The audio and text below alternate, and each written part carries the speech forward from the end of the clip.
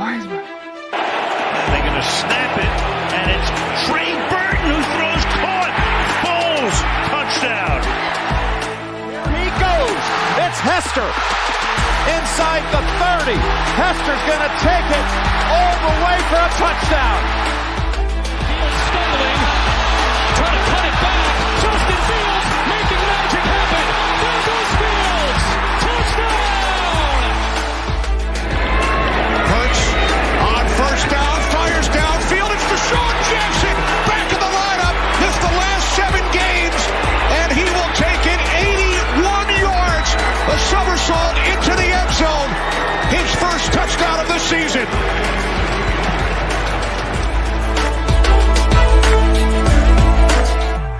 You're listening to the Pigskin Project, the world's #1 football podcast. Now, with more insights on all things football, here are your hosts, Ben Hansen and Ryan Matthews. Ladies and gentlemen, welcome back to the Pigskin Project, where it is so good to be a Bears fan. For once, we're going to dive into it a little bit deeper. But first, Ben. I've never heard you say that. Yeah, I am. Oh, how you doing, buddy? I'm struggling here with you guys today. So my camera's being a little funky. I don't know what to tell you guys about it. I just deal with it, I guess. Running off of 4 hours of sleep. It is finals week for me. Biggest final for me tomorrow. It's at like 5 o'clock at night. What are we doing? This isn't conducive to student health. That's besides the point. But other than that, man, I'm riding high. All right. I'm riding off the Eagles draft. I'm riding off the great weekend. Obviously, it wasn't everything that we hoped, and we'll get into it in a little bit. But riding off a great weekend that I had with you and Matt last weekend, riding off probably the best game, the most fun game I've watched in my Sixers lifetime. On Tuesday, they're playing again today. Thank the Lord I'm here with you, because I'd drive myself insane if I had to watch that. But other than that, man, other than being tired, I am excited to get into it.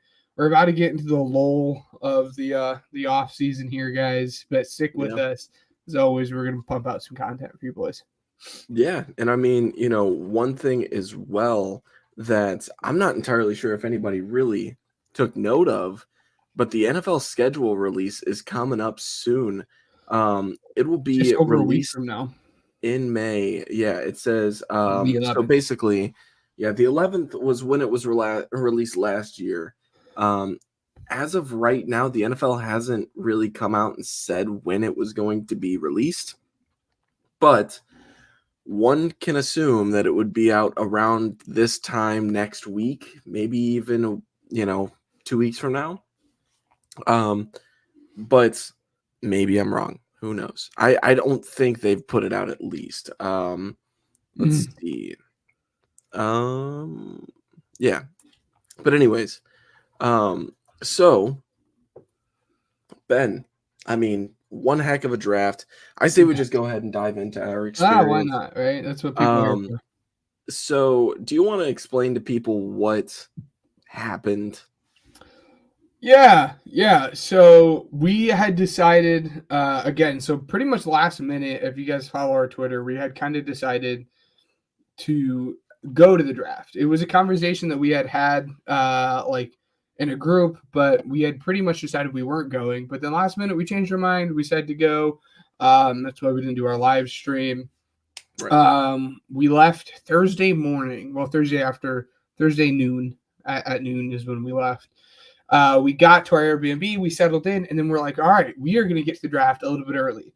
We decided to show up like 2.5 or 2 to an hour and a half early. We're like, we're going to get some seats. It's going to be fun. And guys, as we get up to the gate to enter, I am not even kidding, they close it off. As we get to the draft, it gets closed off. We kind of scouted around the area in hopes to find it. We were not able to find an entrance that we could sneak in. So we had just went back to our Airbnb and we had just watched the draft. The three of us. And it was a lot of fun. Our view from our Airbnb was spectacular. It was really, really beautiful. We had Ford Field. But what really sucked was we were maybe 3-4 blocks away. So like we saw the fireworks, we saw the lights all the time. That really hit close to home when we saw that stuff because we were like, dang, if only we got there like 10 minutes earlier, we would have been there. But it was still a lot of fun. Guys, I cannot stress this enough. When I tell you this is the happiest I have ever seen Ryan as a Bears fan. He was sweating out. In the car ride, we had talked about, I want Caleb Williams, and we'll dive into the draft a little bit deeper after this. But he said, I want Caleb Williams, and I want Rome. And that was his dream. He's like, I don't think it'll happen. But as the draft board starts shaking out, as they get to pick 7, pick 8, you can start feeling Ryan get confident. And he's looking at us and he's like, guys, it's happening. We're going to do it. We're going to do it. And then once he got it, it was electric. It was a whole lot of fun. Honestly, the worst part about it is that Caleb decided to screw you over and wear 18 and not 13. Let's see. Aiden coming over here. Before I dive into my perspective, Aiden says, I want to apologize for crapping on you guys earlier that had Jordan Morgan to the Packers. Hey. That was me, big dog. Hey, it's a good call. What can I say, guys? I really don't like the pick at all. For what it was, I think as if you guys had listened and you guys had went back and you guys listened to my OT rankings, at that point in time with the offensive tackles off the board, I think that was a good pick. I mean, Tyler Guyton has a higher upside, but Jordan Morgan is the guy that's going to come in and I think is going to have the most immediate impact on this team. And worst comes to worst, you kick him into guard and he's going to be a really, really good guard. Aiden just came in and said you probably didn't like the Darnell Wright pick. I didn't at first, but when I started doing more research and find out that he didn't get bodied at the Senior Bowl like somebody else did, I started feeling a little bit better about it. But we can start the trash talk in a future segment that we have planned tonight. But I just want to say, I have to admit something to you, Ben, that I didn't at the time of the draft, but this is going to make sense. So I'm a Twitter addict now. It took me probably about 3 years to actually get into Twitter. And as much as I am, it's like probably my number one social media app that I scroll through now. And, looking at that, it's really tough to avoid any kind of spoilers if you're on it. But, it is what it is. Yeah. I was watching the draft, and the more I was telling my buddies this, I'm just going to relay it the same exact way to everybody listening. So at 5, when the Chargers took Joe Alt, I was like, I understand the pick, but they need a receiver bad. So I'm surprised they didn't do that. Giants would be, I would guess, either a wide receiver or a quarterback. Then they picked Neighbors, and I was starting to kind of bite my nails a little bit because now Rome's the next guy.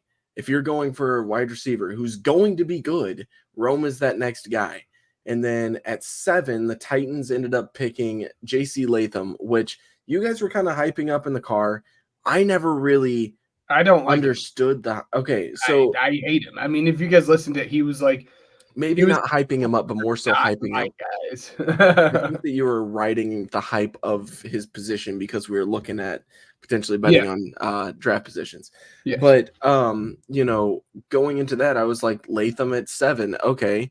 And then the Falcons, who we will talk about again later on, picked probably the dumbest move I've seen in, I don't even know, probably since I've been following the draft. I think that's probably the dumbest pick I've seen. And so at that point, I was like, it's over. Like, the Bears are picking Rome. But there were several reports saying that even if Rome was on the board, the Bears could potentially move down. So I was starting to get kind of nervous. Like, are we going to be, like, it's the Bears. We could find a way to screw this up. That is when I was texting my family, and out of pure anxiousness, I checked Twitter, and I saw that Rome Odunze had been drafted by the Bears, indeed, before our stream had been caught up to it. But I did not believe it whatsoever, because literally anybody could try and I could tweeted that out, Exactly. So I was like, I'm not going to believe it until Roger Goodell says it himself. And he did, and I shot up off the couch. And I remember I poor Matt, man, I smacked the crap out of his hand. I remember that. He was sitting there, and wham, like, big high five there. Ben, I'm telling you right now, I could have like hugged you, dude. Like, like I was so happy. And so, and if I was at the draft, I probably would have been insufferable. So Detroit, you're welcome. But what a night for the Bears, and what a draft for the Bears. We're gonna get into draft winners this episode. But and briefly touch on some of the losers of the draft as well. But before we do that, what do you say we get into some weekly news, huh? Yes. Ryan and Ben bring you weekly news. First off, before we get started, I want to say it is absolutely downpouring outside my house right now. So if you hear that in the background, I really, really do apologize. But nothing really too big this week, besides the fact that Tank Dell, the wide receiver from the Texans, if you live under a rock, he was shot in Florida at a nightclub, but will make full recovery. Luckily, it was just a very minor wound, but definitely happy that he avoided that, because Tank Dell is going to be a star. Very excited for his future. If you want to chime in at all, just let me know. I'm just going to kind of breeze through some of these. Raiders are signing wide receiver Michael Gallup to a 1-year deal. I like that. Patriots are extending defensive lineman Christian Barmore to a 4-year extension. I like that. Chiefs have signed tight end Travis Kelce to a 2-year extension, making him the highest paid tight end in the league. And then this one's up your alley, and I'm sorry for saying former Eagles center Jason Kelce is joining ESPN for a role on their Monday Night Football pregame show. So that should be fun for you, right? Oh yeah, he has a personality for it. Oh yeah. Pretty much on the stretch, it seemed like he was going to be joining one of those shows, and I'm glad that it was the Monday Night Crew, and it'll be a lot of fun, I think. Not Prime or something, because that show sucks. No, it's just the song that I hate. It really is. Anyways, Packers have declined the 5th-year option for cornerback Eric Stokes. Not surprised. Yeah. Titans have declined the 5th-year option for cornerback Caleb Farley. Steelers have declined the 5th-year options for quarterback Justin Fields and running back Najee Harris. Not surprised for any of those as of right now. But it's going to be a fun free agent class next year. I'm really excited to see how that shakes up. I'm still on the hype train that Justin Fields can be a starting quarterback, and I think I think him sitting behind Russell Wilson is going to just be beneficial for him. I think Russell Wilson can teach him a lot of what to do and what not to do specifically. But I think that's a perfect situation for him to sit behind for 1 year. But I said the same thing about Mitch Trubisky, so who knows? So yeah, that's all that I have for weekly news, unless I'm forgetting anything. Pretty much covered it. No, you covered it. Not a problem. So let's go ahead and move in to the NFL draft winners. So, Ben, we have kind of differing opinions on the Bears. I just want to start with them just so that we can get it over with, because we talk about the Bears a lot because of me. But so the first two picks, I believe.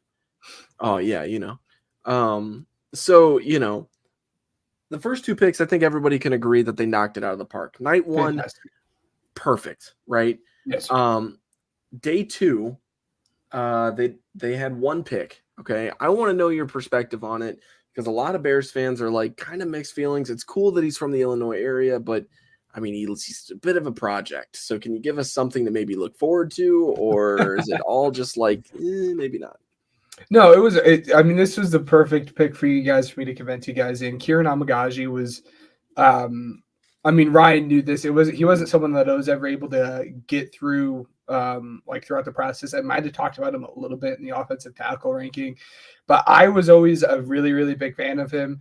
The big thing about him is he played at Yale, and how does the competition at Yale translate to the NFL. I mean, you already see guys that play at the SEC struggle to translate to the NFL, let alone people who are playing at an Ivy League school in the competition they're playing translate to the NFL. But if you just look at him, he is at the bare minimum, I think he can be your guys' long-term swing tackle. He's a guy that has the length and has the athleticism to really be good in the NFL.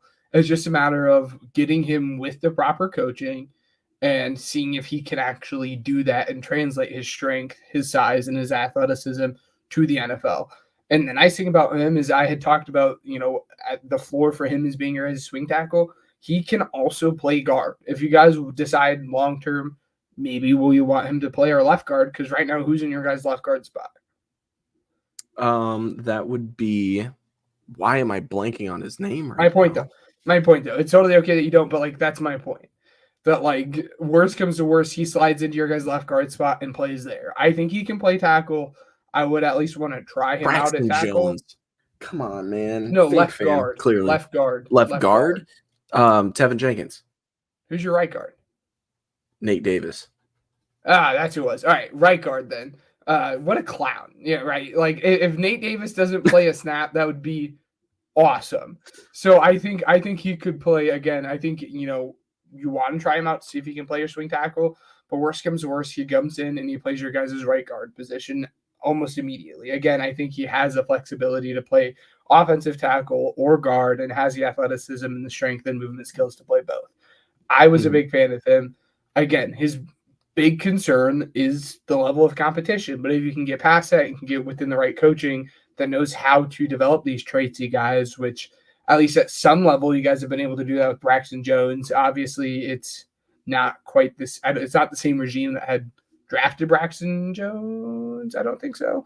But nonetheless, you guys have obviously done a decent job being able to develop the traits of Braxton Jones. So hopefully you guys can do the same thing with him.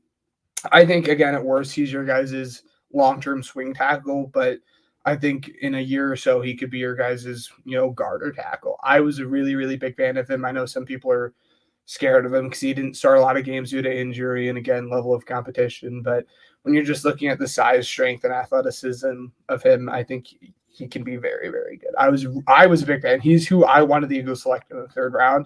You guys took him before us, and I think it's no coincidence that as soon as you guys took him, the Eagles traded back. I think that's who I think the Eagles were targeting.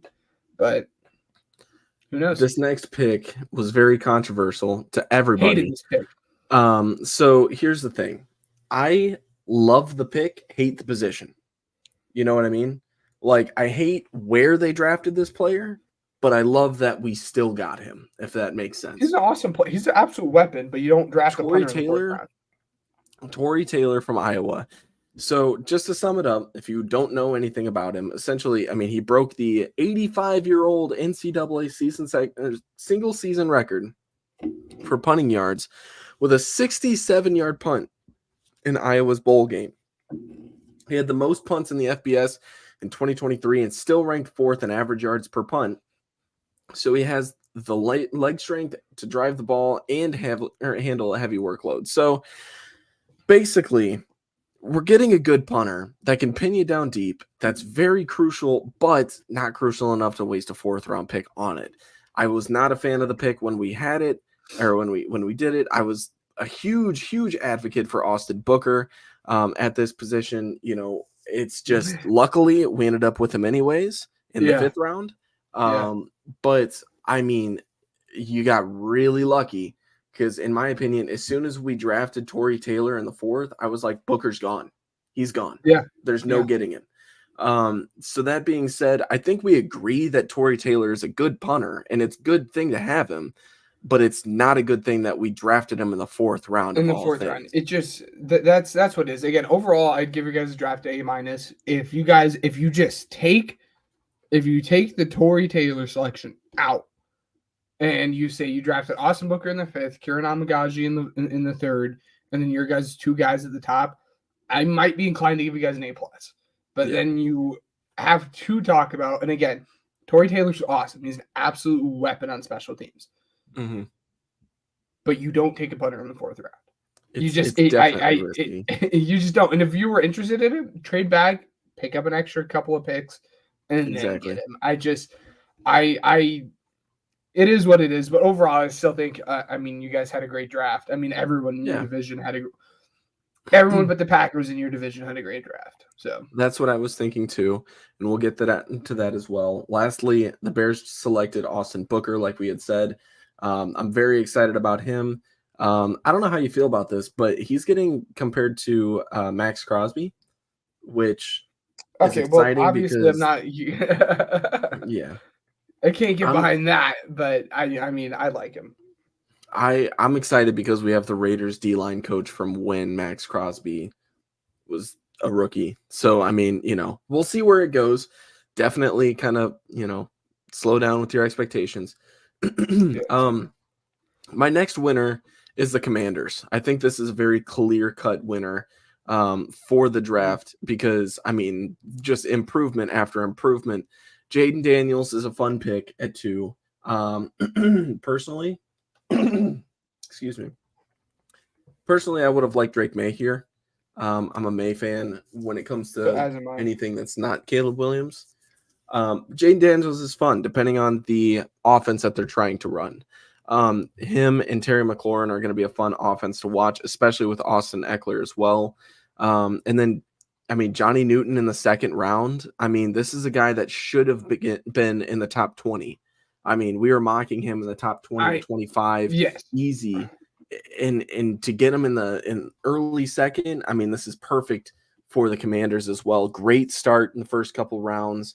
And then, I think I can give you the floor for the rest of them just because I feel like you definitely did a little bit more homework on the rest of their prospects. But I do know that I am huge on the corner that they drafted in the second as well. I'm sure you could talk to us about that. I see personally, I'm not a big fan of their draft. I liked the Mikey Sanderson pick, and I liked their the Johnny Newton pick, but outside of that, I was not a fan of their draft. Again, I thought Drake May was their quarterback. I think he was the clear best quarterback in that draft. I think you selected the wrong guy. Johnny Newton, we loved it. For those who don't know, like Mike Sanderson is like my guy. He's an absolute dog. He's going to come in. I think he's going to be one of the best nickels right away. He has really, really good ball skills. He's an absolute dog when it comes to playing in the run game. I really, really like him. And then Ben Sinnett, he was on my guy list. I like his versatility, and it's awesome. But from there, it spiraled. It just is downhill from there. Brendan Coleman in where did he get picked? The third, early third. Yeah, Brendan Coleman in the early third, I think was just way too high. I would not have even touched him until like round 5. I did not like him. I thought they absolutely reached on him. I absolutely hated the pick. Luke McCaffrey, what are we doing here? I am not a Troy Franklin guy, but Troy Franklin was still on the board at this point. There were still so many better wide receivers on the board at this point in time. And the Luke McCaffrey pick just seemed like a big FU to the Niners, because the Niners, their guy is coming from the Niners, and they're just wanted to get a McCaffrey within the building. Jordan McGee, I thought, was an okay pick at the time. And then I think they rounded it out well with Dominic Hampton and Jean Baptiste. But both those guys, I could have seen them go like undrafted. Like I think those are like average picks. I'd give both those picks like a B. But again, you absolutely lost me with a Luke McCaffrey pick and your Brandon Coleman pick. Like you could have gotten substance with those picks, and you chose to. And I don't want to say it, these guys, I'm not hoping on their downfall at all, but in all intents and purposes, you threw them away. Like there were better guys on the board at both positions that you could have picked. Like you had picked 2 5th rounders in the 3rd round. If you like these guys, trade back and pick them up later. But that at that point in the draft is where you had lost me. So I'm not as high on them. And again, I'm not Jane Daniels guy, so I was not a big fan of the draft. I wasn't really. Am I wrong to say that he didn't have too much of an impressive scouting combine to be drafted in the 3rd round? Like, I don't know. Maybe it's just me, but Who? McCaffrey. McCaffrey was awesome, but I again at that point, I mean, you played at Rice, and if you wanted your tall, fast wide receiver, why did you not just get Troy Franklin? Like again, Right. I'm not a Troy Franklin guy, but if that's the role that you wanted to fill, Troy Franklin had produced better numbers at a higher program. It just doesn't make any sense. It just lost me at that point. Next up, my third winner. I'm extremely excited about this. The Ravens. Yes, they were one of my winners. They were one of the teams I would have wanted to talk about. If I'm just gonna go through my winners, and if I don't say a team that you liked, just at the end, let me know. But because I mean, I have quite a few. I have 6 more after this. Oh my goodness! Lots of draft classes that I liked. Yeah, I know. Yeah, you're either a winner or a loser. You got a 50-50 shot. Anyways, you had Nate Wiggins in the first. I mean, not a bad pick. Roger Rosengarten in the second. Again, not a bad pick. A tackle that you needed. I mean, I really like. I'm skipping one. I'll let you talk about it, but I really like Devontae Walker in the fourth. Especially for the Ravens. I'm really excited about that pick. TJ Tampa took an all-time fall for us, and they picked him up in the fourth. So I mean, to have him as well, I mean, given he's going to be probably a backup, but it's going to be exciting to see how he develops.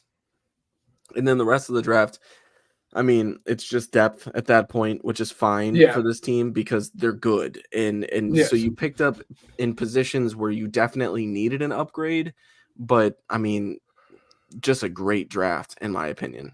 No, I 100% agree. Hold on, guys. I'm about to sneeze here. Give me 1 second. This guy.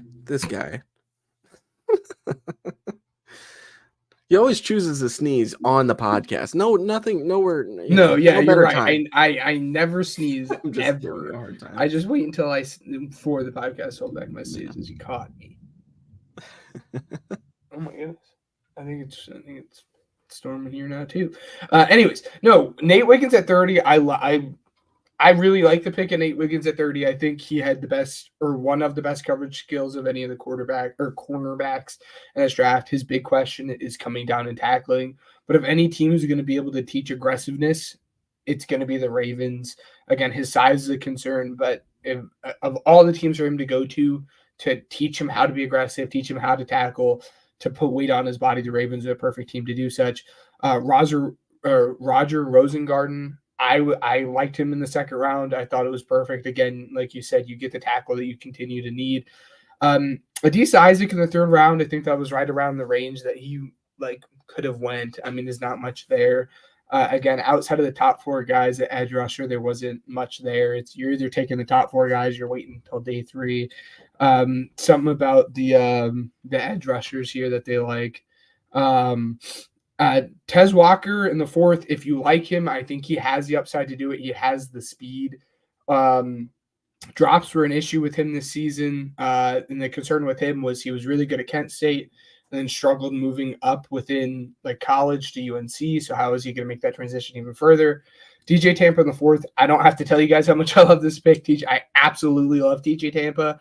And for him to be able to sit back and learn and then maybe start next year is awesome.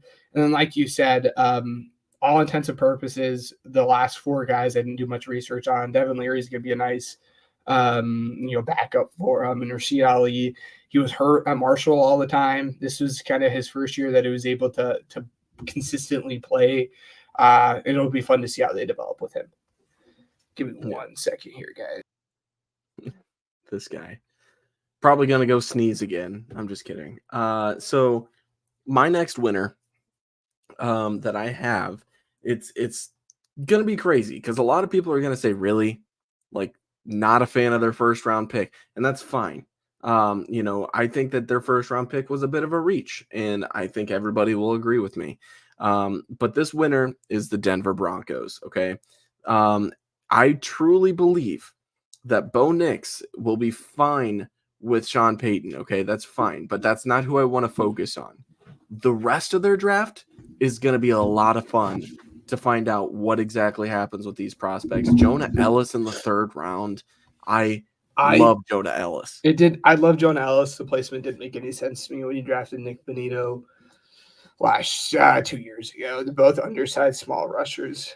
I love Jonah Ellis, but like when we had talked about like Nate Wiggins, that being the perfect place for him, the Jonah Ellis pick didn't make any sense because you already have the exact same guy already on that defense, in my opinion. We're probably going to disagree on this draft class, and that's totally fine. Yeah, I like Troy Franklin. Ben obviously did not. He stated well, that at that point I liked him. Shoot. Early 4th. I mean, pull the trigger. Next up, Chris Abrams Drain. I mean, in the 5th. Like the pick at that point. Me too. Let's see. Audric Estime as well in the 5th is, I mean, not bad.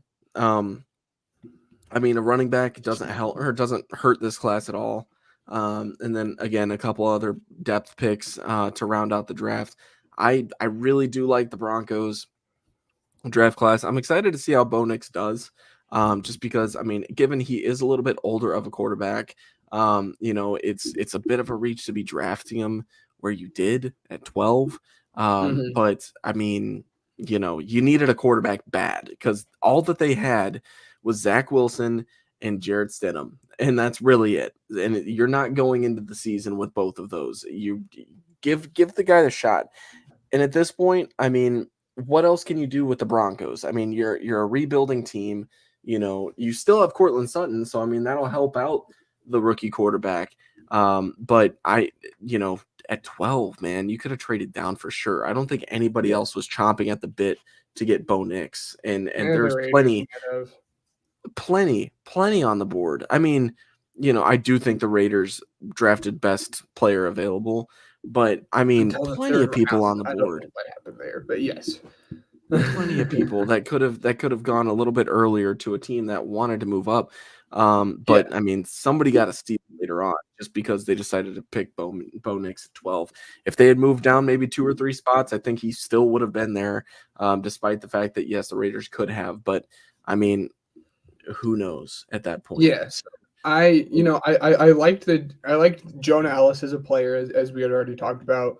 I have questions about his fit. Troy Franklin in the 4th round, at that point, you take the value. I'm not a Troy Franklin guy, but I would have taken the 4th round shoot.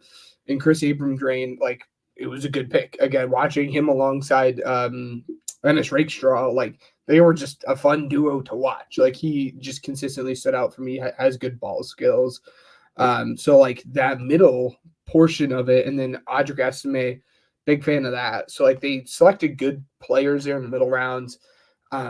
Again, I wasn't a big fan of the Bo Nix draft pick, but for me, I don't consider them a winner nor a loser. They just fall somewhere within like the B minus range for me.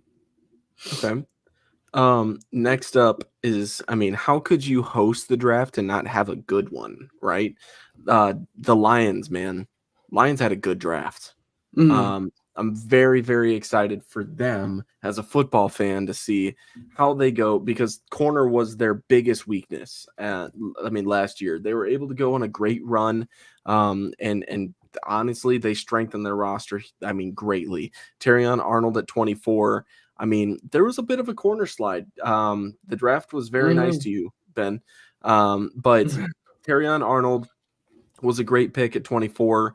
I mean, just a great guy. You want to root for that kind of guy. And unfortunately I can't.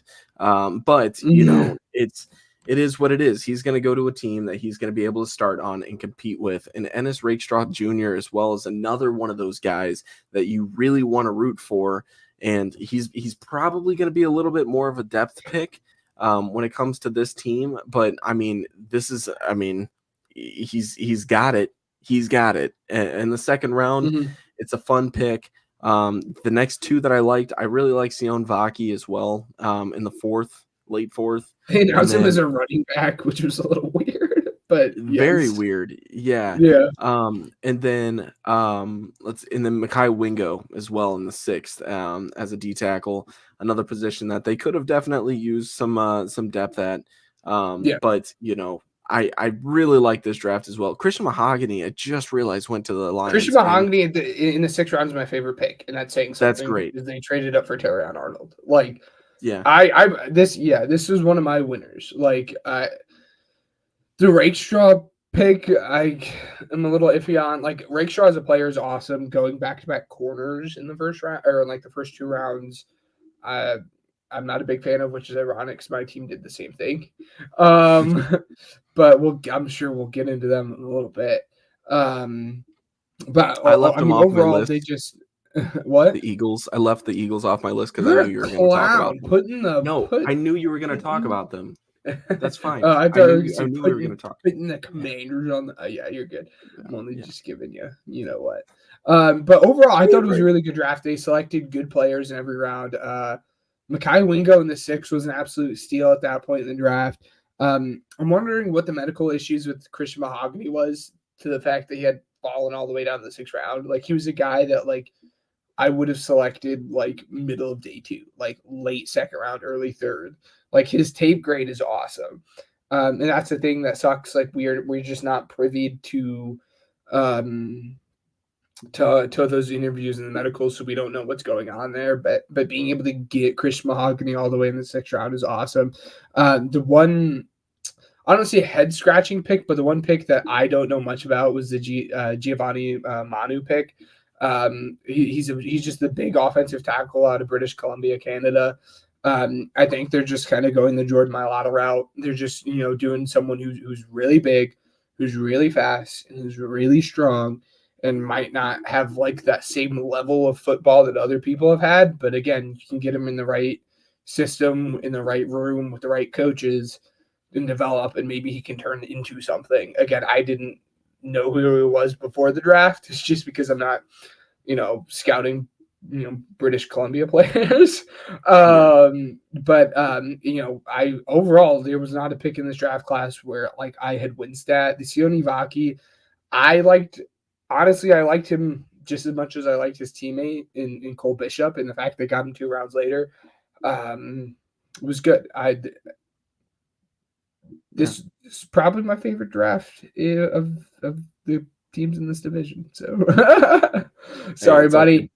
Hey, we didn't have that many picks, so we couldn't really. Yeah, that's the big thing, right? But anyways, I mean, that and the shock value of Caleb was just not there because we knew it was going to happen. Yeah. Next one, I feel like we had a couple head scratchers on, but the more that I looked into it, it made a lot more sense. I really like the Rams draft. I really do. So can't get there. I know that I remember in the group chat, we were like, why are they drafting Blake Corum? They already have Kyron Williams. No, they haven't. Why are they doing it? But here's the thing. The only other running back that they had on their roster as of the draft was Ronnie Rivers. There was third round, though. There was Kyron Williams and then Ronnie Rivers. And then they went on to draft Blake Corum, and then Boston Scott was a signing as well afterwards. But I think it's fun that Jared Verse and Brandon Fisk get to play football together again. Mm-hmm. Huge fan of that. Also, the 219, baby. You got to be able to stand up for your region, right? Brandon Fisk, I mean, very, very excited for him to get his opportunity in the league. And to play with this college teammate is something I'm very excited to find out. Like, I hope that works out for them. And then, I mean, just the rest of their class as well. I really do like Cameron Kitchens. That's a very fun pick. I think that, it's going to be a little tough. But he might be able to start over Quentin Lake. That's my take there. But looking at the rest of this class, I mean, Brennan Jackson's going to be a depth pick. Tyler Davis, another depth pick. But I mean, Bo Limmer in the 6th. I mean, when you need a center as well, another depth pick. But I mean, something that you definitely needed because you've only got 2 centers on your roster now. I mean, it's good because they drafted for what they absolutely needed and they got good value at those positions. And that's why, I mean, it's a successful draft in my eyes. That's, they started off hot. I love the Jared Verse pick for him. Like, it was a great pick in the first round. He's going to be a beast. in the second round. I think you could have waited at that point. I think you might have reached a little bit on him.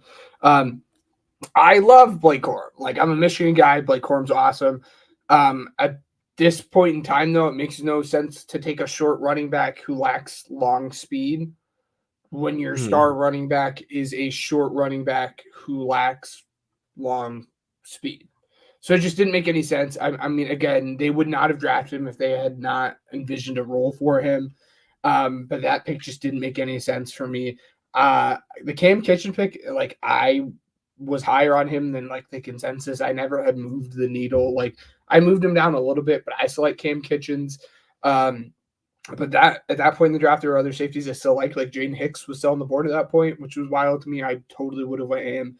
And then, like you said, the rest of the draft was just all depth pieces. But started off really, really good, and then 3 picks that I think you could have utilized with better value at that point. They probably get like a C+ for me, in my opinion. But all it is confirming what I had already thought. So yeah. Next up, I mean, looking at the Vikings draft. So I'm only going to talk about the top 2 picks because I know that you like the Vikings draft as well. And I want you to have the floor on this one more. But JJ McCarthy, I personally, as a Bears fan, I'm not scared of JJ McCarthy. You can clip it later when he, dices us up if that's what happens. But JJ McCarthy, not scared of you, man. But Dallas Turner, terrified. At 17, I mean, definitely good for somebody who was thought to be the first defensive player taken in the draft. I mean, huge. He's going to be a beast, man. I mean, especially because the Vikings, correct me if I'm wrong, but they picked up a defensive end in free agency. I can't think of his name now. Oh, Jonathan Grenard, yeah. And so, I mean, that those two are going to tear it up, and I'm terrified. So, that's a good duo to have. But I'm going to let you talk about the rest of the class, just because I know, I mean, it's a fun one for sure. But you can go more in depth. It's fun. I really like the way they had approached the draft class. They didn't panic and trade up for JJ. Like, they had locked in and they had identified JJ as their guy. And the fact that they didn't panic, they didn't have to trade away that first round pick was awesome. They moved up one spot. They didn't have to, trade up to 4 or 5 and trade away future first round picks to get him. So I absolutely love that they were able to do that. And then I liked the Dallas Turner pick, but this is where it gets really, really weird. And it's hard to judge this because we don't know what they're going to then do next year. But awesome pick with the Dallas Turner. But now you've put yourself in position to where you just have no draft picks next year. You have your first round draft pick, and now you're missing your second, your third, and your 4th round pick. So you're not picking until the 5th round next year. So you picked up 2 like instant impact players. Well, I don't know if I want to call JJ instant impact players, but you picked up 2 impact players, hopefully, in the first round. And it's awesome. And then to get Kyrie Jackson, who a guy that, again, if you guys watch the show, I'm big on your long, lengthy corners. So I absolutely loved it. And then down the board, it's just depth. You picked up a kicker that you needed there in the 6th round and whatnot. See, that's where you take special teams players, not in the 4th. That's beside the point. Yeah. So like their first 3 picks, I'm a big fan of, but looking to the future, like I thought this was a good draft class. This draft class, I would probably give like a B+. But then when you look into the future, they just did not set themselves up very well to have a good draft next year. And that's the concerning thing. And that's the confusing thing about this draft for me. Yeah. Next up, I have the Saints, man. That's so much fun to think about, isn't it? I mean, Fuaga at 14. So they got a tackle when they desperately needed a tackle as well. And then they got Kool-Aid in the early 2nd, which, I mean, definitely helps their corner situation as well. I mean, I'm excited for that. And then they didn't pick again for the 5th round, who they selected Spencer Rattler with. I'm very excited to see how that turns out. Throw the darts, take as many, throws at the dartboard as you can. Yeah. The rest, I mean, I'm sure you could probably tell us a little bit more about them. But that's what really, spiked my interest in it. And I don't know. I'll let you take the floor from here. I like their first 3 picks I was a big fan of. Again, I've been a big fan of Fuaga throughout this process. He's just an absolute mauler. Again, he's more of a right tackle than he is a left tackle, so I'm wondering what they're going to do with Ramczyk, or if they are going to try to move Fuaga over to left tackle. I mean, Loomis came out and said that we think he can play left tackle, which we'll see how that goes. But I like him just overall as a player. Trading up and getting Kool-Aid in the second round, that and then the Eagles pick had started that cornerback run. At that point, we had seen 4 corners go off the board after that, so it was awesome just reading the draft board, going up and get your guy. Spencer Rattler pick, I'm surprised he lasted to the 5th round. Like, normally I wouldn't have even projected him to last the 5th round. And then you add on top of the fact that people are just taking quarterbacks early. So it's awesome. Again, just take another throw at the dartboard with that, and hopefully he turns into something. Bud Means at that point, I think, was a little early. He's a field stretcher, but I don't know how much he has to bring to the table at the next level. But I like Jalen Ford. Again, he's just your smart linebacker. He's been in college. He knows how to read the field well. He doesn't have this amazing physical upside, but he's just a smart guy. And then Christian Boyd in the 6th round is one of my favorite picks for them. Kid out of Northern Iowa. He's going to play defensive tackle, and he's really good at just dropping the anchor and just playing the run. So overall, I think this was a really, really good draft, class for them. The only pick that I'm just not the biggest fan of was Bud Means, but at that point, he was a 5th round pick. What are we complaining about? So yeah. My next and last winner, because we'll probably talk about the Eagles after this. I hope it's the Steelers. Okay, I was gonna say I hope it's the Steelers. Yeah, I love the Steelers draft as well. Troy Fautanu in the 1st at 20. So basically, right? Let me go back here. So they're planning on playing Fautanu at left tackle, which is fine.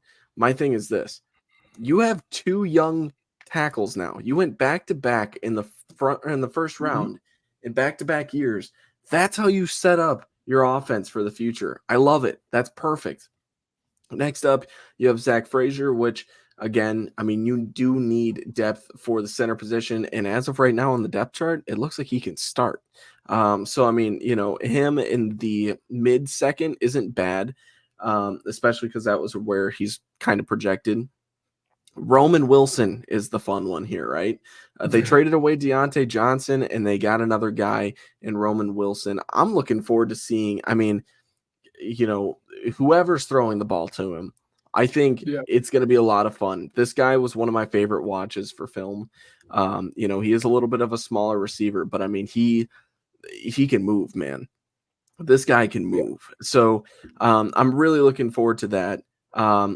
Next up, Peyton Wilson, man, the linebacker from NC State. It's interesting just because they did pick up Patrick Queen in free agency. But nonetheless, it's going to be a lot of fun to see if and how often Peyton Wilson can see the field. Because I do think that if he is going to be a depth pick, then cool. If not, then you got a good one. Peyton Wilson should be a lot of fun. For the final 3 picks, I'm going to let you talk about them because I don't really specialize too much in the final rounds, as you can see. No, that was the team I was worried that you just were going to leave off of your list. No. No, I think the Steelers, honestly, of the teams that had left the draft, I think the Steelers are the biggest winners of them all. I think you had adequately in the last 2 years have built maybe the best young offensive line in the entire NFL over the last 2 years. So you completely revamped your offensive line, taking Troy Fautanu in the 1st round and not having to trade up and get him, and then getting your center of the future with Zach Frazier. Again, Roman Wilson, he's going to slide into that Dante Johnson role just fine, I think. I like Roman Wilson. He looked very good at Michigan, and he wasn't even in a pass-happy offense. Peyton Wilson was my LB1. The big concern with him was his medicals, and it had came out right after he got picked that he just doesn't have an ACL. Like it's just he's just missing his ACL. That was so funny I'm wondering so I'm wondering how that's like gonna play out long term, but I liked the pick in the third round at that point. Big fan of the Mason McCormick pick. Like, I'm surprised he didn't go earlier. I think the Bears would have picked him. Like, if Mason McCormick was still on the board, I think they would have picked him over Taylor. Like, point blank period. I'm a big fan of McCormick. Smart player. He's a lot of fun. Logan Lee, he's just another one. You're like your big defensive run stopping tackles. And then, to be frank, I don't know much about Ryan Watts. Ryan Watts might be more of a Matt guy to ask about as he played for Texas. But again, they are my biggest winners because again, you now have picked up hopefully pretty much your entire starting offensive line over the last 2 years with your 2 offensive tackles, Mason McCormick and Zach Frazier, and then picking up another weapon forever for whoever your young quarterback is going to be, whether that's going to be Justin Fields or someone else in the future. And then as long as Peyton Wilson can stay healthy, this is going to be an awesome pick. So, and for me, there's only 3 losers. The Commanders for me was one of them. We had already talked about them. I know, we'll get there. Oh, yeah. But for me, the Commanders were one of them. There were 2 other teams, and I'm sure we're about to get into it right now. Oh no, talk about your Eagles, man. That's the last winner. No, yeah. About that? Come on, fake guys. fan. Again, I'm exhausted. Let me just say, 4 hours of sleep here. Before we get started, my favorite pick of this whole entire draft class for the Eagles, it's not Quinion Mitchell, even though he fell, and that's awesome for you guys. Very happy for you. It's not Cooper DeJean, even though he fell, and you got him, and I'm very happy for you. It's Jeremiah Trotter Jr. in the 5th round. I'm so happy for you because I love that guy. But I'm going to let you talk about every pick just because I know you're excited and you deserve to be. Also, by the way, guys, I'm about to not be excited. Just took a look at my Sixers score, and they're definitely going to lose this game. We're just gonna we're closing that tab, so I don't have to look at it anymore. Yeah. No, I think the Eagles are one of the biggest winners in this class because their biggest need was on defense, and as we saw, like we had like doubled what the previous record was in terms of like the first defensive player going off the board. Before this, it was 7 offensive players picked before the first defensive player went. And this year it was 14. So we had doubled whatever that previous record was, which was awesome. So turned out very well for me because that means the Eagles now then didn't have to trade up to get their corner. Quinion Mitchell was my favorite of the bunch. So the fact we didn't have to trade up and get him and we're able to stay put at 22 and keep both of our second round picks, which allowed us to then do something really, really cool in the second round, which we'll get into, was awesome. So for me to get my guy, the guy who I wanted all along, at pick 22 was amazing. It rarely happens that I get my guy. And then in the second round, we had jumped the Packers because the Packers wanted Cooper DeJean. Like, that's who we thought maybe the Packers were going to take in the first round. So the fact that we had jumped the Packers, and again, I think it's no coincidence that as soon as the Eagles had jumped the Packers and select Cooper DeJean, the Packers traded out. So Howie does a great job of knowing who people want. But the fact that you were able to get a guy who probably should have went in round 1 in the second round is just amazing. Again, I had poked fun at the Lions for taking 2 corners back-to-back rounds. I don't think Cooper DeJean will end up playing corner for us. I think he'll probably slot in and play safety. But the fact that we're able to get 2 first-round talents, or the fact that we're able to get a first-round talent in the second round was awesome. I liked the Will Shipley pick. Again, we just didn't really have another pick outside, or we didn't have another like reliable back outside of Barkley, and with his injury history, it's just good to have those guys. I'm not a huge fan of Trotter, but at that point in the draft, like I said, it's the 5th round. Who cares at that point? You get a legacy pick. His dad, Jeremiah Trotter Sr., I guess at this point, is in the Eagles like Hall of Fame. It is awesome, and there were pictures of Junior growing up with like this really big Eagles helmet on and everything. So it's really, really cool that we were able to get him. Again, I'm not the biggest fan of him as a player, but him in the 5th round, I think I'm just fine with it. And then we were able to get Anaya Smith. He's just a fun gadget guy. I don't know how much of an impact he's going to have. And then we got Trevor Keegan. Got a Michigan guy. Any guard, again, I think he's going to come in. I think Stout's going to do awesome, but I wouldn't be surprised in 2 years if he's starting for the Eagles. And then we got Johnny Wilson, who I've been a big fan of throughout this entire process. Again, just go out and take as many throws at the dartboard as you can at the wide receiver position. And then you round it out just taking a small, undersized center and Dylan McComb. I don't know much about him. Man. I just know that he's a small, undersized center. I didn't do much watching of him, but Eagles usually do good on small, undersized centers in the 6th round. I mean, so not that he's Jason Kelsey. I just wanted to have fun with it. But for those who are knowledgeable in draft, y'all had realized I had skipped our 3rd round pick. That was Jalix Hunt. I purposely skipped that pick. I had so much fun. I told myself I was going to talk myself into the Jalix Hunt pick. I still have not gotten there. The only thing that's keeping me sane is that Howie drafted him and Fangio wanted him and all that stuff. He's a traitsy guy. He's your traitsy head rusher. He reminds me of just like of his athleticism and size of Josh Sweat, which would be awesome if he can turn into that one day. But he's a guy that's only playing defensive line for 2 years. He played safety before he played defensive end. And he plays at Houston Christian University, who has like 4,000 students that go there. Ryan, you could go there and you could play quarterback for them. He's the first player ever. The football career is back, baby. Come on. He's the first player ever drafted out of Houston Christian University. So like it concerns me. He's a traits guy, but just the level of competition, just the lack of experience, his inability to drop the anchor.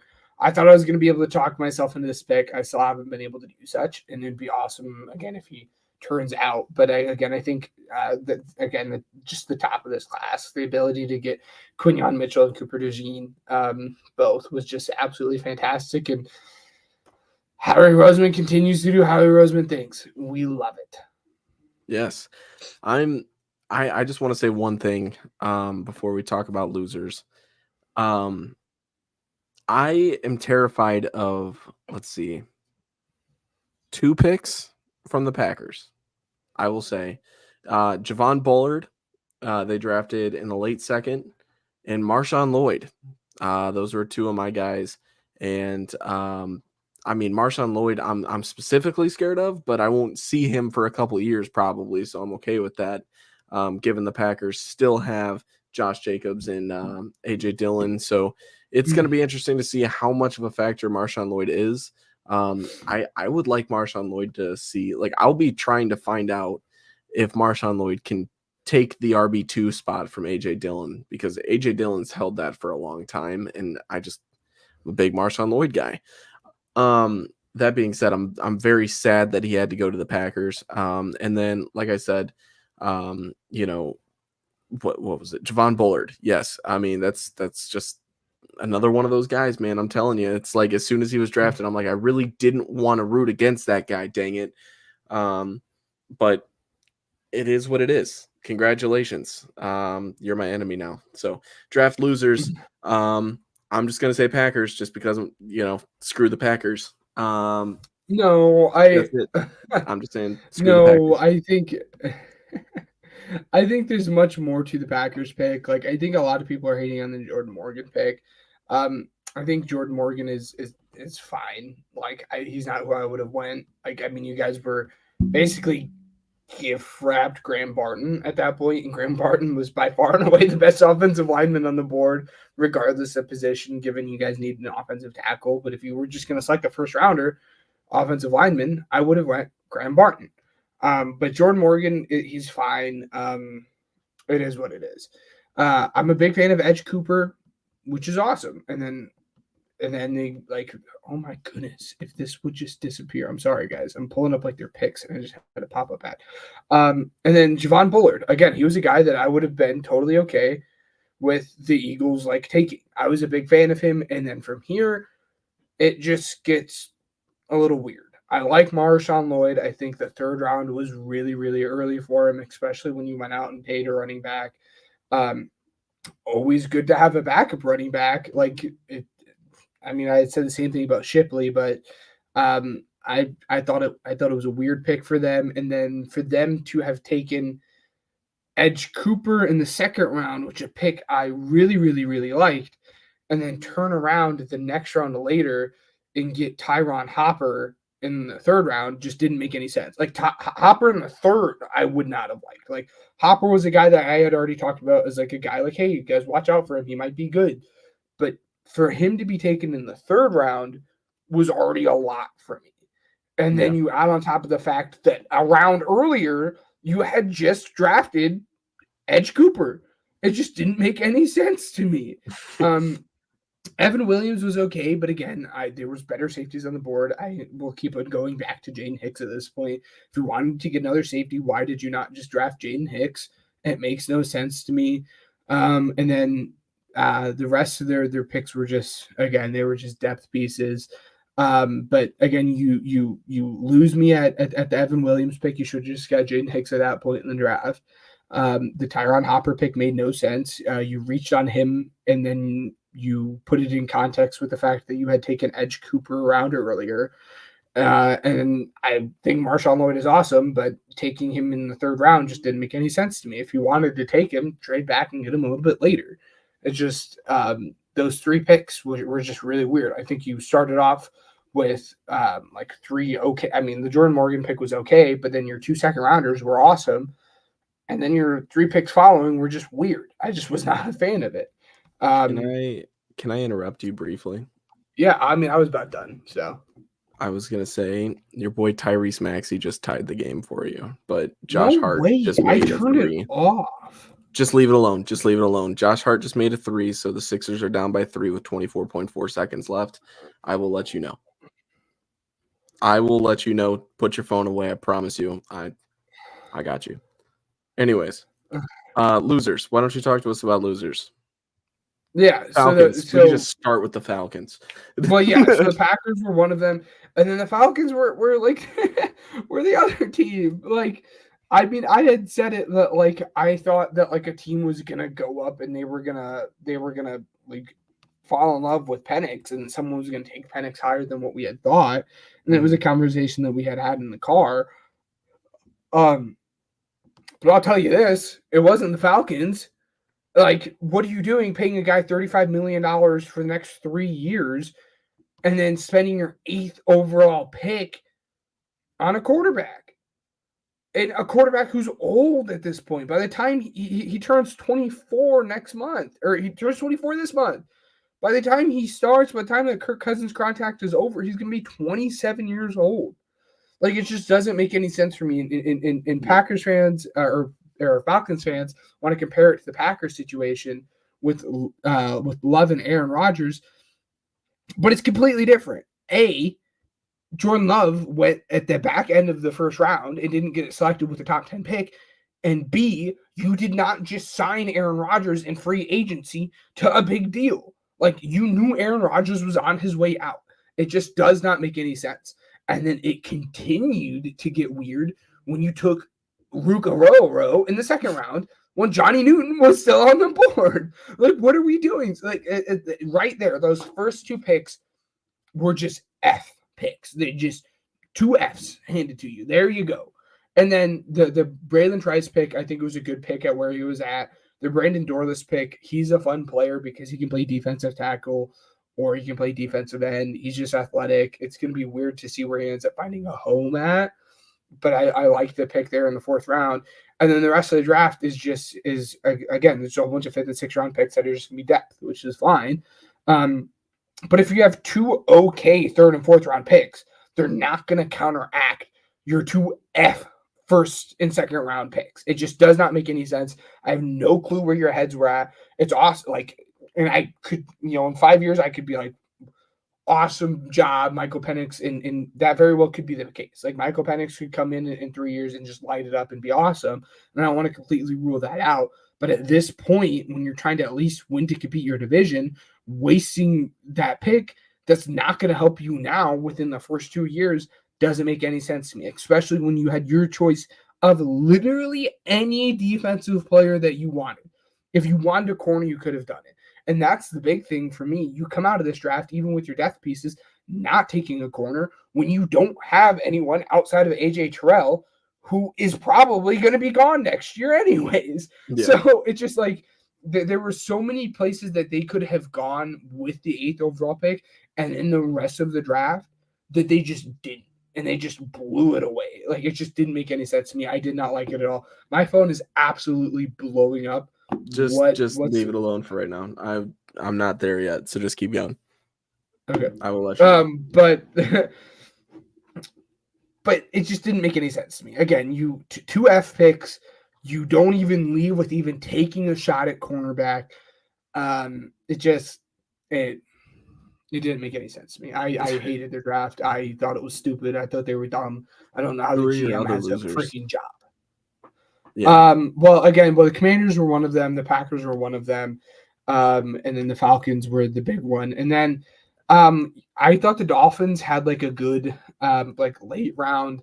But the Chop Robinson pick, I was just not a fan of, especially when you just talk about like the guys on the board and given, again, it's just confirming what I had already like thought of the players. Like I was already lower on Chop Robinson as is. So like that's just me confirming what I've already thought. But when you had your choice of your interior guys, when you need to center because Connor Williams left, when you need a defensive tackle because both your 2 starting defensive tackles were gone and Johnny Newton was on the board, you could have gotten Graham Barton, you could have gotten JPJ.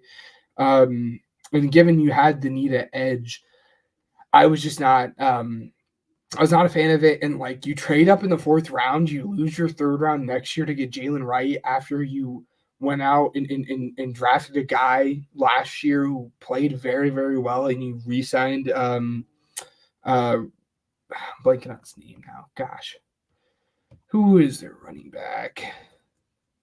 I'm gonna go insane here, guys. Again, the brain's not quite working on full function today, guys. Raheem Mostert.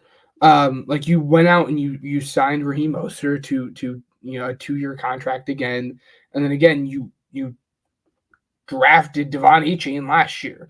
Jalen Wright is like I like Jalen Wright. Like I'd rather have Jalen Wright in the 4th than Marshawn Lord in the 3rd. But again, it's just the placement of the pick and giving up your 3rd next year. It didn't make any sense to me. But like I said, I liked the later rounds. I think Mo Kamara in the 5th was awesome. And I don't know what the issue with Malik Washington was, but getting Malik Washington all the way in the 6th round was fantastic. It couldn't have been size because there was a lot of small guys that had went. Again, I'm wondering if there was I don't think it was a character issue, but I'm wondering if there's medicals behind the field that had made him drop. But their later rounds were good. But there was just a lot of question marks within the early rounds of the Dolphins draft that I was left questioning. They weren't bad picks, but just picks I thought maybe could have been better. So like a B-, C+ is kind of what I'm talking there. But that was like the last team that I was like, wow, they didn't do a good job. You hit it right on the head. Just generally speaking. But the Falcons more than anybody, I'm just surprised they aren't just thrown away at this point.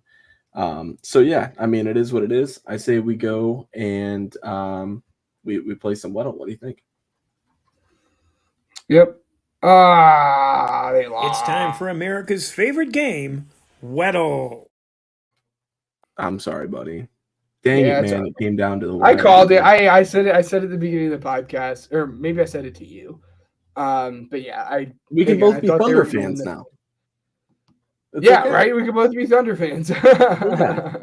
All right. So, speaking of comebacks, I need this for my sanity. Like, I need to end this run, and I need to, like, stomp it out for my sanity right now with the way my week. I have brought it within 10. Can I make it a single-digit lead for Ben for the first time since we started the darn thing? No. Let's go ahead. I haven't played since we played last, so I'm a little rusty. Oh, God. Neither have I. But let's go ahead and start with easy mode. I'm going to go ahead and say Justin Fields, baby. You really helped me out there, you know? Oh, yeah, you know. AJB. All right, it's an Eagle. There you go. It's Saquon. Oh, it's Saquon. All right. Come on, I should look to the height there. My bad. I jumped to conclusions. All right. It's gonna hit. Oh no! It's a bear. I have to win this.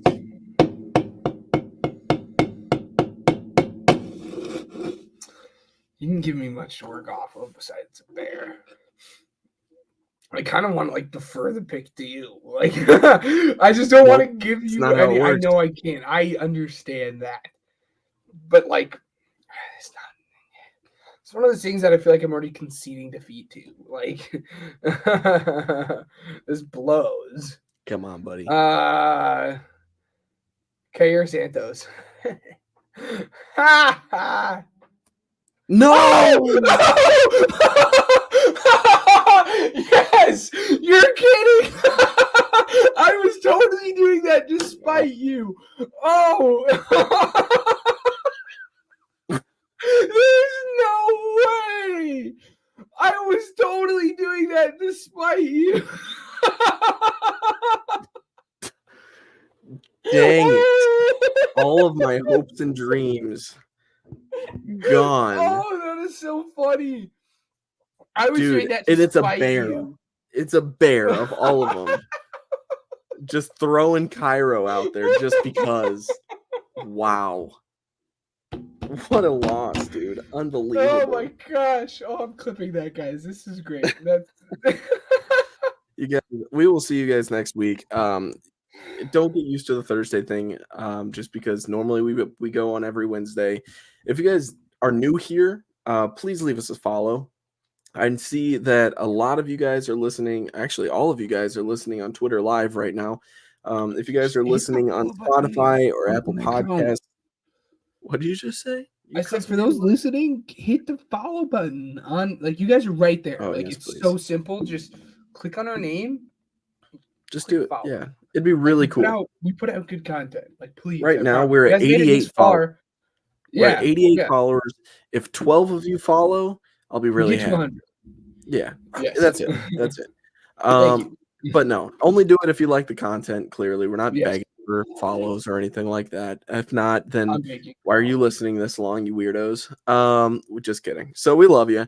Thank you guys for tuning into the Pigskin Project this week. We want to thank Regional Radio Sports Network, Uppercuts Grooming, and Spotify for Podcasters for helping us grow as a podcast.